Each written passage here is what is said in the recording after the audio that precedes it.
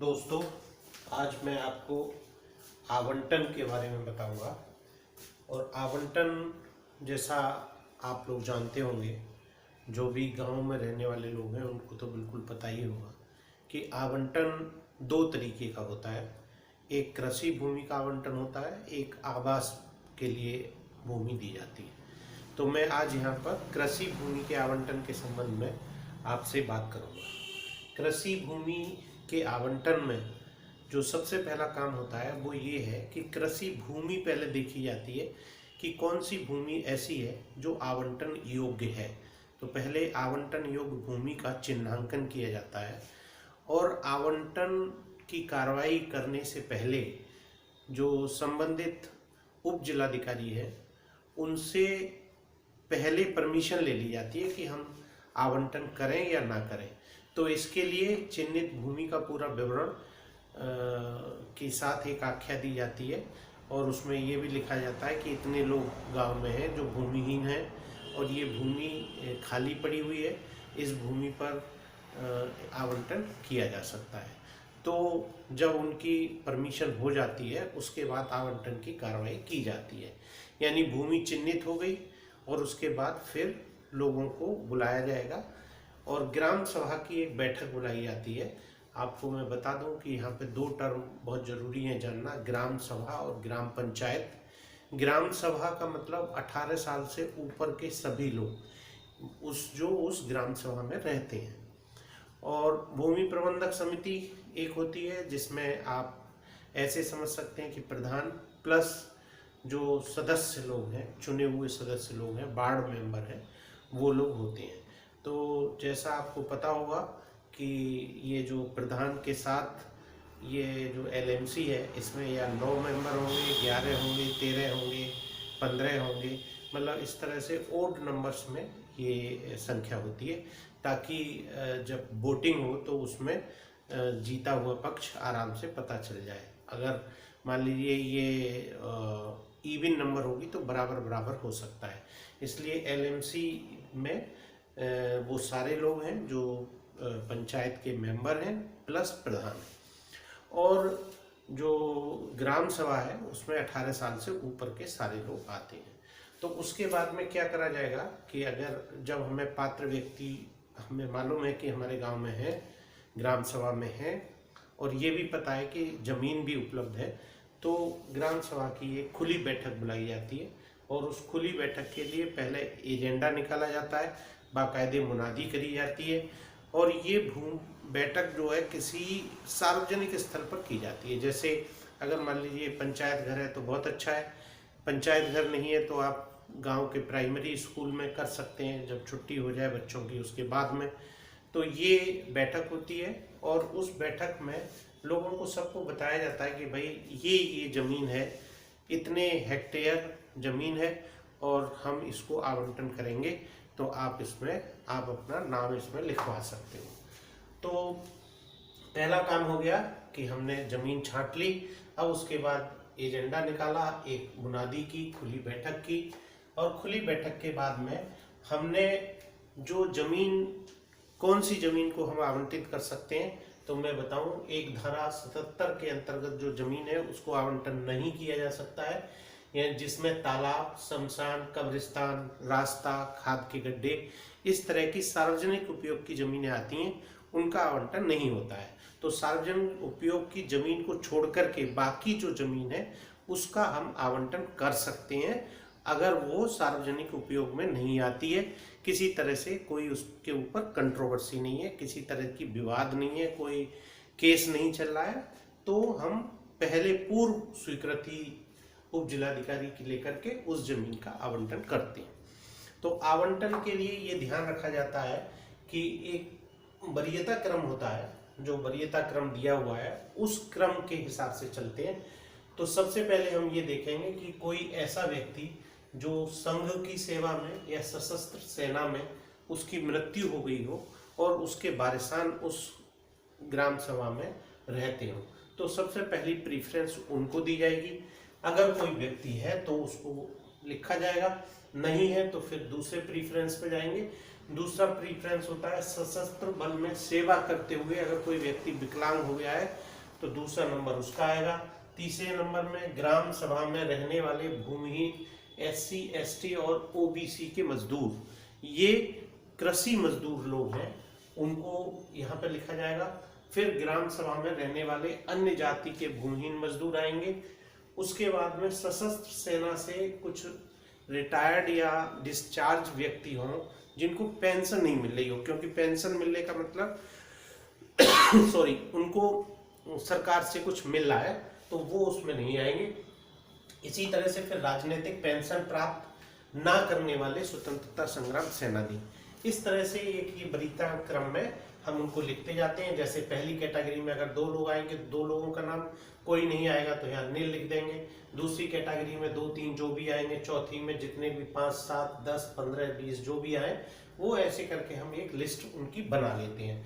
और जमीन हम देखते रहते हैं कि हमारी जमीन हमारे पास, मान लीजिए ये एक प्लॉट है और ये बहुत बड़ा सा प्लॉट है। इस प्लॉट में हमने छोटे छोटे प्लॉट बना दिए 1-1 एकड़ के, या अगर कम है तो आधा एकड़ के, और इनको हमने ये दे दिया कि ये प्लॉट इनको देंगे, ये प्लॉट इनको देंगे, ये प्लॉट इनको देंगे, और ये चौहद्दी बाकायदे लिखी जाती है। तो इस तरह से एक हमने ये छांट लिया। छांटने के बाद में एक प्रस्ताव हो गया। अब इस प्रस्ताव की जांच जो लेखपाल हैं वो करते हैं, क्योंकि LMC के जो सचिव का दायित्व लेखपाल के पास होता है। जो क्षेत्रीय लेखपाल है वो वहाँ का सचिव होता है LMC का। तो उनका काम ये होगा कि जब ये प्रस्ताव हो जाएगा, प्रस्ताव में जो बातें आएंगी वो लिखते चले जाएंगे, और उसके बाद फिर उसकी जांच जो होगी वो लेखपाल के स्तर से होगी, और लेखपाल के स्तर से फिर उनका आवंटन भी होगा कि ये पार्सल, ये भूमि का टुकड़ा फला व्यक्ति को दिया जा रहा है, ये उनको, और इस तरह से एक पूरी टेबल बनाते हुए और उसमें वो अपनी जांच आख्या के साथ ये प्रस्ताव उप जिलाधिकारी को प्रेषित करेंगे। उप जिलाधिकारी अगर वो चाहे तो फिर उनकी जांच करवाते हैं, वो हर एक में ही जांच करवाते हैं उप जिलाधिकारी। और ये जो लिस्ट आती है और जो एजेंडा वगैरह है, ये अपने न्यायालय के सामने उसको प्रदर्शित करना होता है कि भाई देख लीजिए, ये भूमि प्रबंधक समिति का एक प्रस्ताव फला जगह से आया हुआ है, अगर आपको कोई इस पर आपत्ति करनी हो तो इस पर आपत्ति कर सकते हैं। अपने ऑफिस में भी वो आपत्ति लेते हैं, और फिर नायब तहसीलदार या तहसीलदार से कहते हैं कि आप मौके पर जाकर के जो आपत्तियां प्राप्त हुई हैं वो, और मौके पर जाकर के उसका जांच करिए, और जांच करने के बाद में फिर जांच रिपोर्ट के आधार पर जो जो पात्र लोग पाए जाते हैं उन लोगों को जमीन का आवंटन कर दिया जाता है। आवंटन पर कब्जा दिलाने की कार्रवाई में पुलिस बल जितना भी चाहे उप जिलाधिकारी ले सकते हैं। इसी तरह से इसमें ये जो काम है, आप ऐसे कह सकते हैं कि ये एक वेलफेयर का काम है सरकार का। तो अगर जो भूमिहीन व्यक्ति है उसकी डिफिनीशन में ये आता है कि पिछले 2 वर्षों से उसके परिवार के पास कोई भूमि नहीं रहनी चाहिए, पिछले 2 वर्षों में। उसके बाद में एक महिला सशक्तिकरण को देखते हुए एक और उसमें प्रावधान है कि पति पत्नी दोनों को सह आवंटी बनाया जाता है। और पट्टा निरस्तीकरण की कार्रवाई, जैसे मान लीजिए गलत पट्टा हो गया तो उसके लिए सु मोटो भी हो सकता है, और पट्टा निरस्तीकरण अगर कोई पट्टे से क्षुब्ध है तो वो जा सकता है। और पट्टा निरस्तीकरण की कार्रवाई जिलाधिकारी या कलेक्टर के यहाँ होती है। कलेक्टर चाहे तो उसको किसी अपने ADM को भी सुनवाई के लिए दे सकता है। और ये जो निरस्तीकरण का काम है ये 5 साल के अंदर होना चाहिए, यानी जब आपने आवंटन किया है उसके 5 साल के अंदर अगर कोई एप्लीकेशन आती है तभी इंटरटेन की जाएगी, अन्यथा नहीं। लेकिन अगर जैसे उसके पहले का जो उत्तर प्रदेश जमींदारी और भूमि विनाश अधिनियम था उसमें कोई पट्टा हुआ है तो वो पट्टा, और जब हमारा ये RC रेवेन्यू कोड लागू हुआ है उसके रेवेन्यू कोड लागू होने के 5 साल के पीछे पट्टे हैं, उन पर भी यही वाला रूल लागू होगा। कलेक्टर चाहे तो उनको भी सु मोटो या किसी शिकायत मिलने पर या कोई व्यक्ति कलेक्टर की कोर्ट में जा सकता है, तो बाकायदे सुनवाई होकर के ये कार्रवाई होती है। अब इसमें एक जो दूसरी, ये जो पट्टे हुए इन पट्टों को कहते हैं असंक्रमणीय भूमिधर, यानी ये ऐसे लोग होते हैं जो अपनी ज़मीन को बेच नहीं पाएंगे।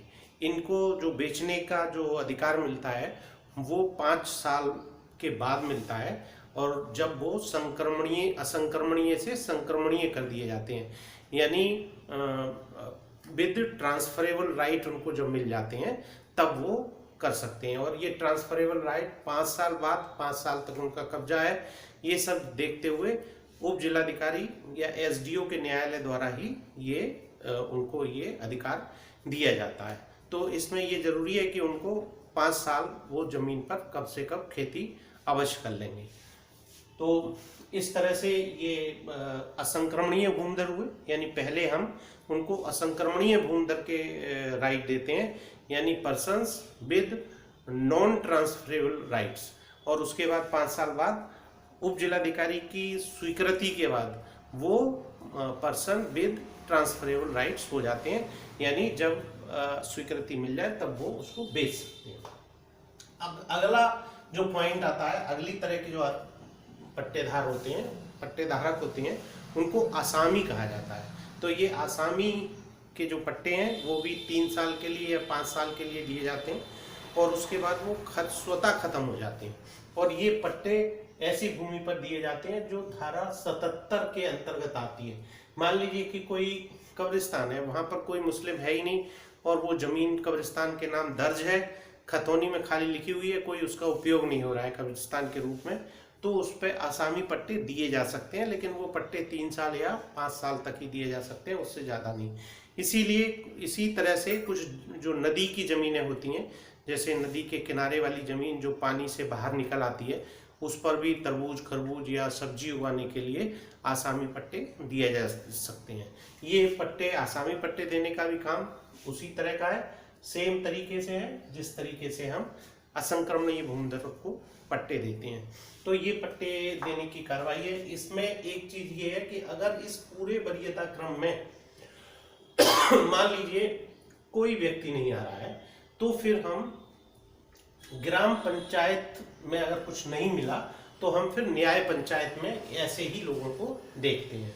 तो वो न्याय पंचायत तक जाने का नौबत नहीं आती है, उससे पहले ही ग्राम पंचायत में ही आपको ये लोग मिल जाते हैं। तो इस तरह से ये पट्टे दिए जाते हैं, और ये सामाजिक उत्थान के लिए जो भूमिहीन लोग हैं, जो बहुत गरीबी रेखा से नीचे जीवन यापन कर रहे हैं, उनके जीवन को सुधारने के लिए ये दिए जाते हैं। और पति पत्नी का नाम महिला सशक्तिकरण के लिए उसमें डाला जाता है।